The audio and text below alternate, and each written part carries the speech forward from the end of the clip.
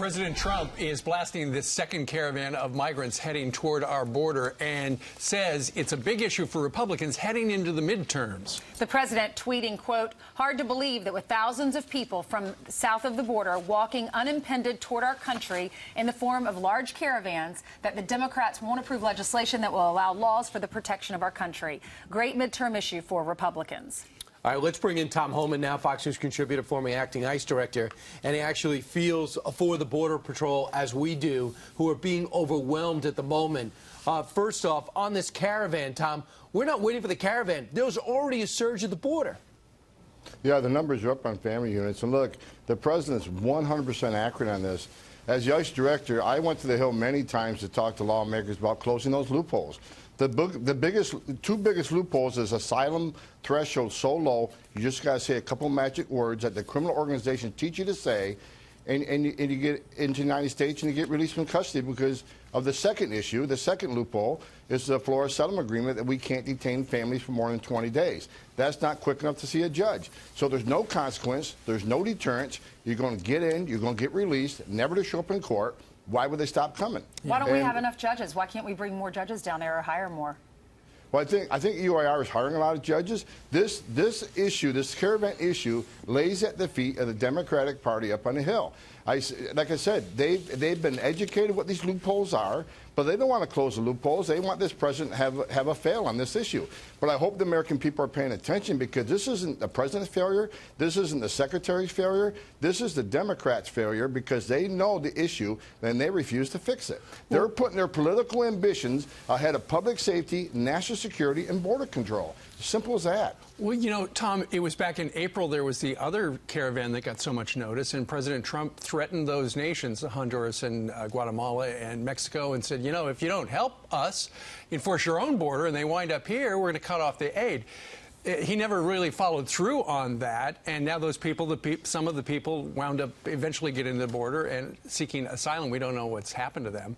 But we're at the same place right now. We're depending on Mexico to actually enforce their southern border, and they say, okay, we're not going to let anybody across without a passport. None of these people have passports. Right. You know, the law is clear that in Mexico that, you know, people from Central America cannot transit through Mexico without what we call a transit visa.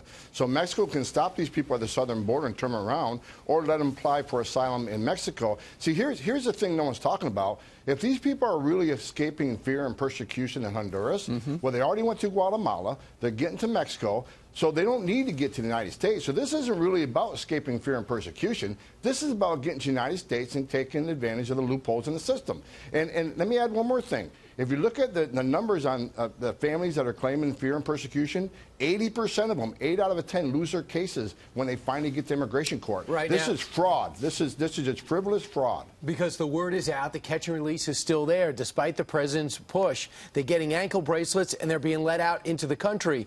That's what the whole separation of families, which was poorly executed and introduced, was supposed to be about, a deterrent. It wasn't to break up families, it's to let them know that's not the way to get here. Mexico is avowing a stiff response. We're seeing that they dispatched 2 727 Boeing planes filled with federal officers to their borders. Do you believe this administration, the new one, is determined to keep relations with us strong by showing strength at their border when they busted Guatemala's border?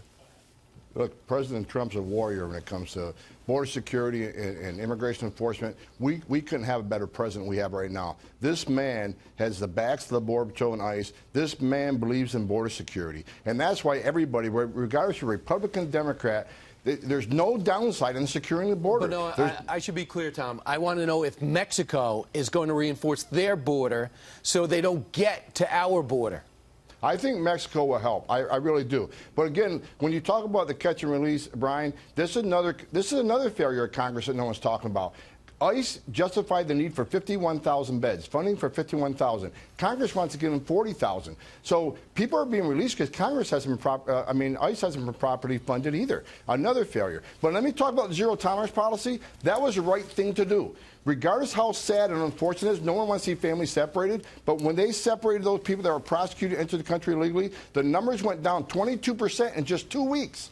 If they would have stuck with that for 30, 60 days, there wouldn't be a caravan today. Well, Newt Gingrich said last night the midterms come down to Kavanaugh and caravan. Let's see. Tom, thank you very much for joining us live.